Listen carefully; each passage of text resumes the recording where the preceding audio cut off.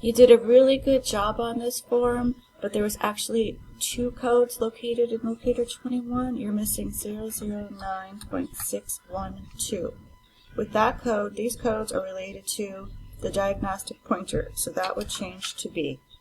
So that's really the only things that you're missing on this form. You did a really good job. Okay, you have a few things wrong with this one. You're missing the bill type. This information in here is the patient information. This should be Matthew Jones, his address, his phone number, not the facility. The facility goes up here, patient information goes into here. You're missing the codes that go here.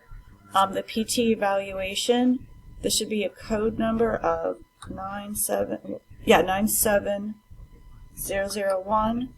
The ongoing physical therapy, this also had a code in here, which is 9771110. Here's your service dates, which are fine. Service units. You're missing the service units. So, room and board. There was 19 days.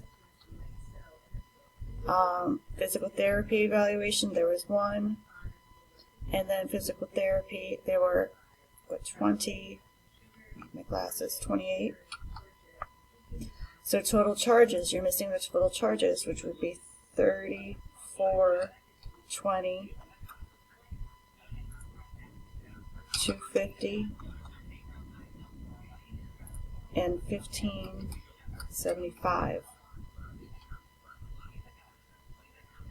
Which then you would come down to your total units. Don't forget your zeros in here.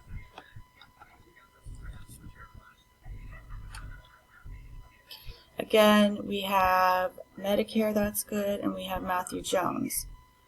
But the nuts and bolts of this, which is the name, the codes in here, the service units, the total charges, we're all missing on this one.